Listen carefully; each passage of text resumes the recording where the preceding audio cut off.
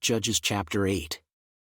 And the men of Ephraim said unto him, Why hast thou served us thus, that thou calledst us not, when thou wentest to fight with the Midianites? And they did chide with him sharply. And he said unto them, What have I done now in comparison of you? Is not the gleaning of the grapes of Ephraim better than the vintage of Abiezer? God hath delivered into your hands the princes of Midian, Oreb and Zeb, and what was I able to do in comparison of you? Then their anger was abated toward him, when he had said that.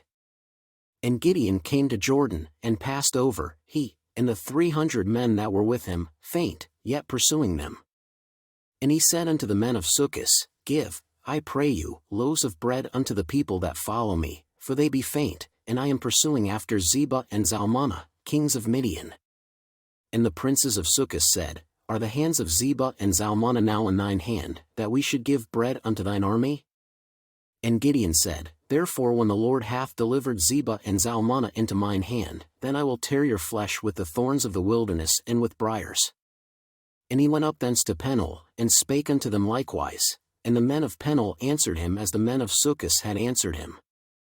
And he spake also unto the men of Penuel, saying, When I come again in peace, I will break down this tower. Now Zebah and Zalmunna were in Karkor, and their hosts with them, about 15,000 men, all that were left of all the hosts of the children of the east, for there fell 120,000 men that drew sword.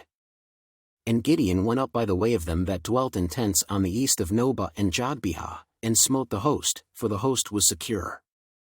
And when Zebah and Zalmunna fled, he pursued after them, and took the 2 kings of Midian, Zebah and Zalmunna, and discomfited all the host. And Gideon the son of Joash returned from battle before the sun was up, and caught a young man of the men of Succos, and inquired of him, and he described unto him the princes of Succos, and the elders thereof, even 70 men. And he came unto the men of Succos, and said, Behold Zebah and Zalmunna with whom ye did upbraid me, saying, Are the hands of Zebah and Zalmunna now in thine hand, that we should give bread unto thy men that are weary? And he took the elders of the city, and thorns of the wilderness and briars, and with them he taught the men of Succos. And he beat down the tower of Penuel, and slew the men of the city. Then said he unto Zebah and Zalmunna, What manner of men were they whom ye slew at Tabor? And they answered, As thou art, so were they, each one resembled the children of a king. And he said, They were my brethren, even the sons of my mother, as the Lord liveth, if ye had saved them alive, I would not slay you. And he said unto Jether his firstborn, Up, and slay them. But the youth drew not his sword, for he feared, because he was yet a youth. Then Zebah and Zalmunna said, Rise thou, and fall upon us, for as the man is, so is his strength.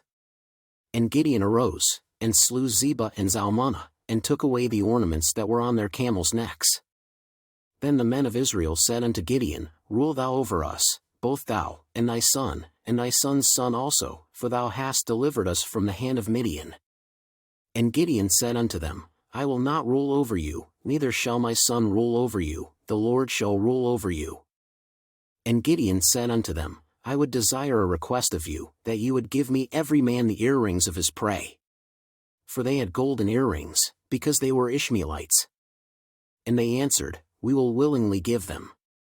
And they spread a garment, and did cast therein every man the earrings of his prey. And the weight of the golden earrings that he requested was 1,700 shekels of gold, beside ornaments, and collars, and purple raiment that was on the kings of Midian, and beside the chains that were about their camels' necks.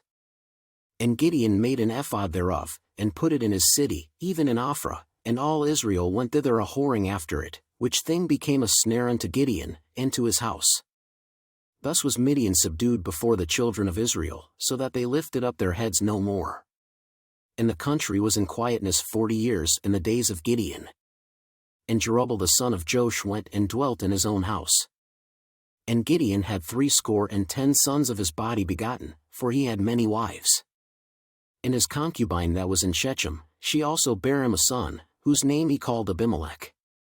And Gideon the son of Joash died in a good old age, and was buried in the sepulchre of Joash's father, in Ophrah of the Abiezrites. And it came to pass, as soon as Gideon was dead, that the children of Israel turned again, and went a whoring after Baalim, and made Baalberith their god. And the children of Israel remembered not the Lord their God, who had delivered them out of the hands of all their enemies on every side. Neither shewed they kindness to the house of Jerubbaal, namely, Gideon, according to all the goodness which he had shewed unto Israel.